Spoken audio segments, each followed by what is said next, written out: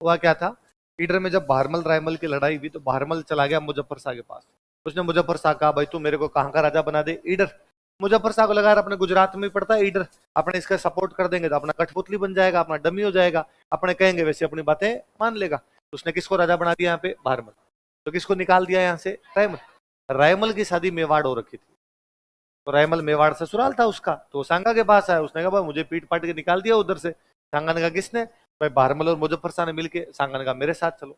सांगा गया तो भारमल को पता चला कि रायमल किसको लेके आ रहा है, सांगा को। तो भारमल किसको कहेगा, मुजफ्फर शाह। उसने भाई मुजफ्फर शाह वो आ रहे हैं, उसने कहा चिंता ही मत कर, मैं आ रहा हूँ, अपने वहीं मिलके लड़ेंगे। सांगा ने दोनों को एक साथ पीटा। तो इस युद्ध में भी किसकी जीत हुई, लाइन चेंज कर लिखो। इस युद्ध में भी सांगा की जीत हुई। सांगा ऑल्सो वन दिस बैटल। इस युद्ध में भी सांगा की जीत हुई। सांगा ऑल्सो वन दिस बैटल। तो उस समय उत्तर भारत में 3 बड़ी रियासतें थी, कौन कौन सी, दिल्ली, मालवा और गुजरात। उसने दिल्ली के कौन से सुल्तान को हराया, इब्राहिम लोदी। कौन कौन से युद्धों में, खातोली और बाड़ी। मालवा के कौन से सुल्तान को हराया, महमूद खिलजी सेकंड। कौन से युद्ध में, गागरोन। उसने आपके गुजरात के कौन से सुल्तान को हराया, मुजफ्फर शाह। कौन से युद्ध में, इसका मतलब दिल्ली, मालवा, गुजरात तीनों को उसने टैकल किया। उत्तर भारत का सबसे बड़ा राजा कोई है तो वो कौन है, सांग। इन दिनों स्थितियां थोड़ी बदल रही थी। इब्राहिम लोदी के 2 चाचा उसे नाराज चल रहे हैं। एक चाचा का नाम है दौलत खान लोदी, एक चाचा का नाम है आलम खान लोदी। क्या नाम है, किसे नाराज है, किसे नाराज है। तो कई बार जब अपना ही बंदा अपने से नाराज होता है तो वो सोचता है कि इसको कोई नुकसान पहुंचा दे तो मजा आ जाए, और उसको जो नुकसान पहुंचाना चाहता है उसकी हम क्या कर देते हैं, सहायता। उन दिनों काबुल के आसपास में एक नया नया गुंडा पनपा है, उसका नाम था बाबर। क्या नाम था, बाबर उज्बेकिस्तान का रहने वाला था। कहां का रहने वाला है, उज्बेकिस्तान की एक जगह पड़ती है उज्बेकिस्तान में, समरकंद। क्या नाम है, वो समरकंद का राजा बनना चाहता है। कहां का राजा बनना चाहता है, और उसके चाचा ने पीट के उसको निकाल दिया। तो उज्बेकिस्तान से आगे अफगानिस्तान, अफगानिस्तान से आगे इंडिया, क्योंकि तब पाकिस्तान इंडिया ही हुआ करता था। तो उज्बेकिस्तान से पीट के निकाल दिया तो वो कहां पर आ गया, अफगानिस्तान। काबुल के आसपास आगे बैठ गया। अब क्या करे भाई, तो अब 2 तरीके हैं, या तो उज्बेकिस्तान की तरफ जाओ या किधर आओ, इंडिया की तरफ हो। उज्बेकिस्तान की तरफ तो उसका चाचा पीट रहा है, तो इंडिया की तरफ आया। उसने अपने पंजाब पर 4 अटैक किए। कहां पर अटैक किए, पाकिस्तान वाला पंजाब और अपना पंजाब दोनों को मिला के जो पंजाब बनता है, इस पे कितने अटैक किए, 4। पंजाब उपजाऊ जमीन, आज भी उपजाऊ है, तब भी उपजाऊ थी, नदियां बहती थी तो खेती होती। वो आता, अटैक करता, टैक्स वैक्स लेके यहाँ से वापस भाग जाता, फसलें वसलें उठा के वापस चला जाता। ऐसे उसने कितने अटैक किए। कहां पर बैठा है वो, काबुल। इधर दिल्ली में कौन बैठा है, अपने इब्राहिम लोदी। उसके 2 चाचा उससे नाराज है, कौन कौन, ये दोनों गए उसके पास बाबर के, और उसका क्या रे बाबर, छोटे छोटे हाथ लगा लगा के आता है, पंजाब जाता है, भाग के आ जाता है, पंजाब जाता है, 4 बार गया, कितना आगे मिला, थोड़ा बहुत आगे चल, दिल्ली चल, दिल्ली पे कब्जा कर ले। सांगा ने कहा पर दिल्ली में इब्राहिम लोदी बेटा कूट देगा तो मेरे को डर लगता। बाबर ने कहा उधर तो इब्राहिम लोदी है, वो पीट देगा तो, अरे हम तेरे साथ है, हम दोनों चाचा हैं उसके, घर में ही फूट पड़ी हुई है, तू तो फायदा उठा ले इसका, हम उसको हटाना चाहते हैं, तू बन जा। तो बाबर काबुल से रवाना होता है। अब वो काबुल से रवाना होगा तो पाकिस्तान, अफगानिस्तान से क्रॉस करते पाकिस्तान, पंजाब। उसने जब पंजाब क्रॉस किया तो इधर दिल्ली में ये बात किसको पता चली, इब्राहिम लोदी। उसको लगा रही दिल्ली आई, इससे अच्छा पहले मैं रोक लूं। तो वो उधर पंजाब से आगे आ रहा है, ये दिल्ली से आगे जा रहा है। हरियाणा में एक जगह पड़ती है पानीपत, कौन सी जगह, और पानीपत का पहला युद्ध होता है बाबर और इब्राहिम। बाबर इब्राहिम लोदी को मार देता है। जब बाबर इब्राहिम लोदी को मार देता है तो बाबर को खूब सारे क्या मिले, पैसे। उसने दोनों जगह कब्जा कर लिया, दिल्ली और आगरा। इब्राहिम लोदी की 2 राजधानियां, कौन कौन सी, आगरा नई नई उन्होंने राजधानी बनाई थी, पहले उनकी राजधानी कौन सी थी, दिल्ली। वो दोनों पे कब्जा करके, जब दिल्ली आगरा पे कब्जा किया बाबर ने, उसे भयंकर पैसे मिले, भयंकर। कितने रुपए मिले कि उसने काबुल में हर आदमी को एक चांदी का सिक्का बंटा था। वो अपनी डायरी लिखता है, बाबर की डायरी है, बाबरनामा। क्या नाम है, उसने अपनी डायरी में जब दिल्ली पे कब्जा किया तो डायरी में लिखा, अब काबुल की गरीबी फिर नहीं चाहिए, अब हम काबुल लौट के, वो जो लिचड़पना है उससे मुश्किल से निजात मिली है, अब हम वापस वहां पे लौट के, गरीबड़ा सा था बापड़ा, यहाँ पे आए थे पैसे दिखे उसको दिखा, यहीं रुक जाते हैं। तो उसने दोनों जगह कब्जा कर लिया। कहां कहां पे, पहले दिल्ली में कौन था, इब्राहिम लोदी, उसको सांगा हरा चुका था, पर अब दिल्ली का शासन क्या हो गया, चेंज। आगरा के पास में भरतपुर में अपने किला पड़ता है बयाना। कौन सा किला, बाबर जब इधर आगरा पे कब्जा करता है तो बाबर बयाना पर कब्जा कर लेता, कहां कब्जा कर लेता है, तो उसने बयाना पे कब्जा किया। सांगा का ध्यान गया, सांगा को लगा रहे तो बयाना आ गया राजस्थान, इसका मतलब तो आगे भी आ सकता है। सांगा ने कहा वहीं रुक, मैं आ रहा हूं। इसलिए सांगा बाबर से लड़ने के लिए जाता है बयाना। कहां पर जाता है? देखो बयाना का युद्ध विस्तार। बाबर के पास दो जगह है, एक है आगरा और एक कौन सी है? दिल्ली। सांगा दोनों तरफ कब्जे करना चाहता है, तो आगरा पे भी कब्जा करना चाहता है और कहां करना चाहता है? दिल्ली। उसने आगरा के पास एक किले पे कब्जा कर लिया। कौन से पे? बयाना। कौन से पे? बाबर नाराज है कि इसने मेरे कौन से किले पे कब्जा कर लिया? सांगा ने बयाना के किले पर अधिकार कर लिया था। सांगा कैप्चर्ड बयाना फोर्ट।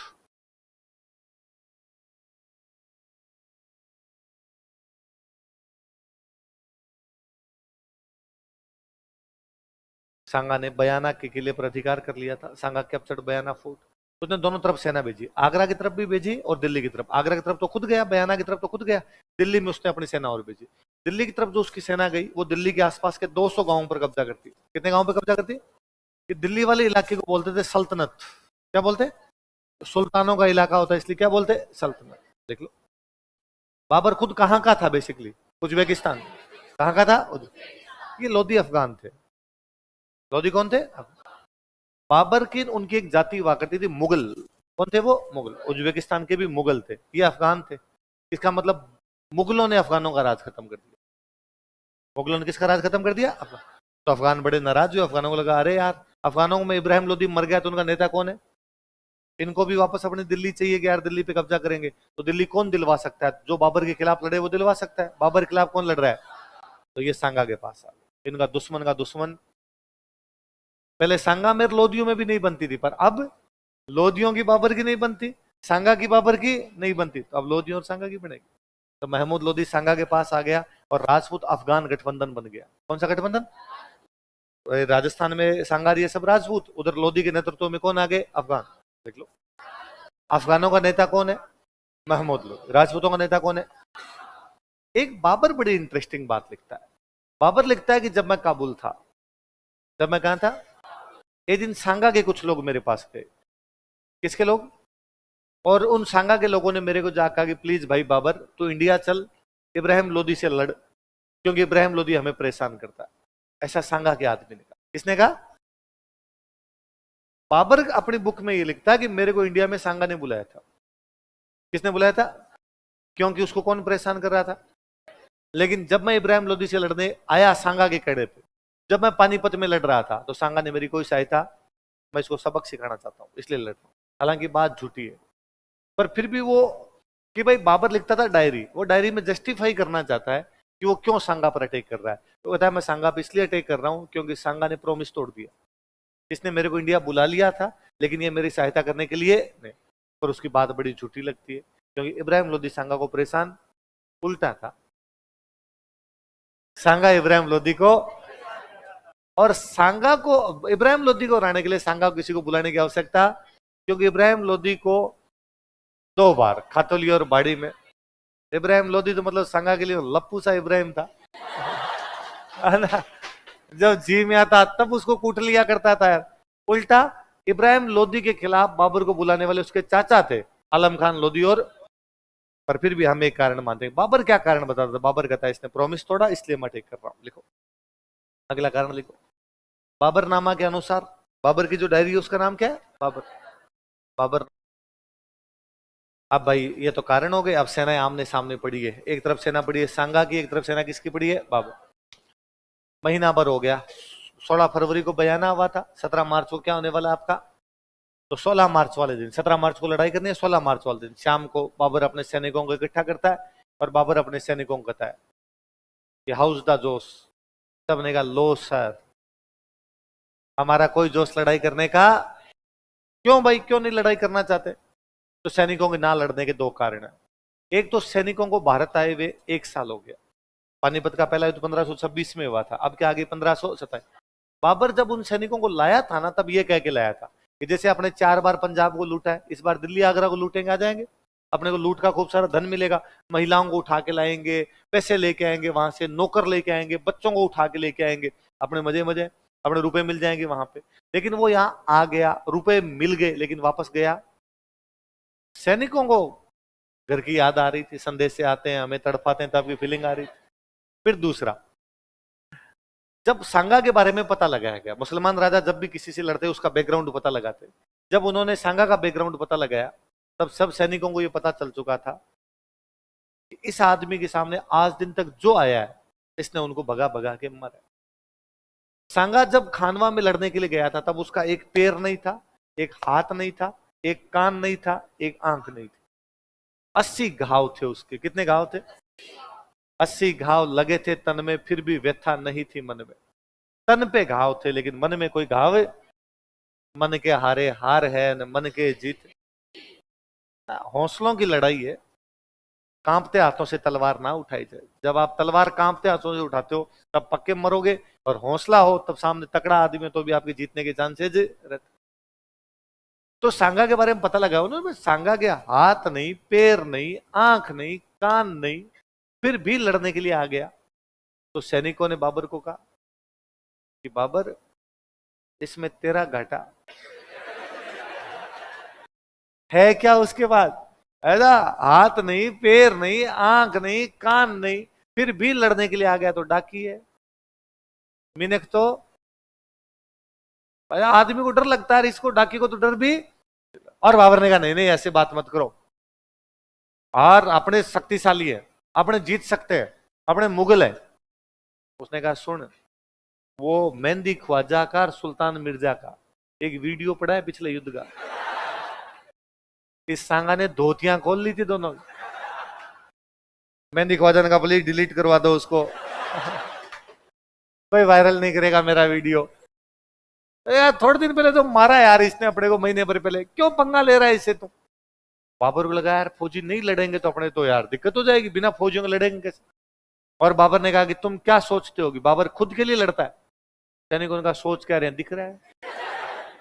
तू कह के लाया था वापस चलेंगे, वापस नहीं जा रहा, इसका मतलब खुद के लिए लड़ता है। कि तुम क्या सोचते हो, बाबर साम्राज्य विस्तार के लिए लड़ता है? कि हाँ। बाबर ने कहा नहीं, बाबर ना खुद के लिए लड़ता है ना साम्राज्य विस्तार के लिए लड़ता है। अल्लाह ताला ने बाबर को फरमाया है कि धरती के इस छोर से लेके उस छोर तक, मैदानों में, पहाड़ों में, मरुस्थलों में, पहाड़ों में, पठारों में, सब जगह इस्लाम का झंडा फहराया जाए। बाबर मजहब की लड़ाई लड़ता है, मैं धर्म की लड़ाई लड़ता हूं। अगर यदि तुम कल मेरा साथ देते हो तो वेल एंड गुड, यदि तुम ना भी साथ दोगे तो मैं अकेला लड़ूंगा, मुझे तुम्हारी सहायता की कोई आवश्यकता। यदि मैं जिंदा रहा तो मैं गाजी बन जाऊंगा। क्या बन जाऊंगा? ऐसे लोग जो धर्म के लिए लड़ते हैं उनको क्या बोलते हैं? गाजी। और यदि मैं मर भी गया तो मैं शहीद कहलाऊंगा, जन्नत जाऊंगा, 72 हूरें मेरा इंतजार कर रही होता। ये लड़ाई नहीं है, जिहाद है, जिहाद। क्या है? जो धर्म के लिए लड़ाइयां होती उनको क्या बोला करते?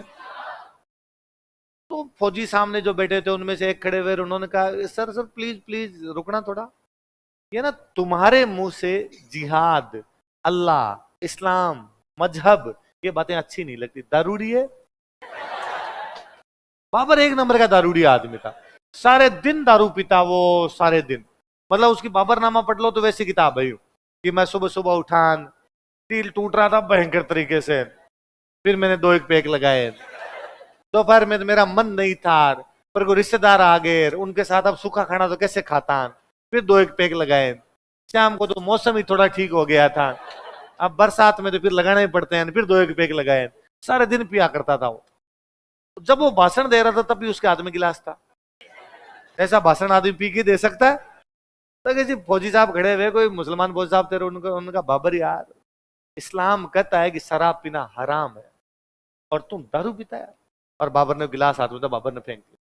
बाबर ने कहा बाबर कसम खाता है कि आज के बाद शराब के हाथ। फौजी ने कहा सर अंदर एक पेटी पड़ी है कैंटीन से लाई। बाबर ने कहा फेंक दो सारी की सारी। उसने सारी की सारी दारू फेंक। बाबर ने आप बताओ लड़ोगे नहीं लड़ो? एक सैनिक ने कहा सर एक एक होल्ड होल्ड, एक बात और बताओ, इस्लाम यह भी कहता है कि मुस्लिम व्यापारियों से कोई भी मुस्लिम राजा टैक्स नहीं लेगा, क्योंकि बाबर मुस्लिम व्यापारियों से टैक्स लिया करता था, तमगा। कौन सा टैक्स लेता? साहब एक तरफ तो आप इस्लाम की बातें करते हो, एक तरफ मुस्लिम व्यापारियों से कौन सा टैक्स लेते हो? तमगा। बाबर ने कहा बाबर कसम खाता है कि आज के बाद किसी भी मुस्लिम व्यापारी से तमगा टैक्स, ये युद्ध नहीं है। क्या है? तो बाबर ने इस युद्ध को क्या घोषित किया? कौन सा टैक्स हटा दिया? क्या नहीं पीने की सोगने खाई? देखो कारण हो गया, अलग से लिखो। बाबर ने इस युद्ध को जिहाद घोषित कर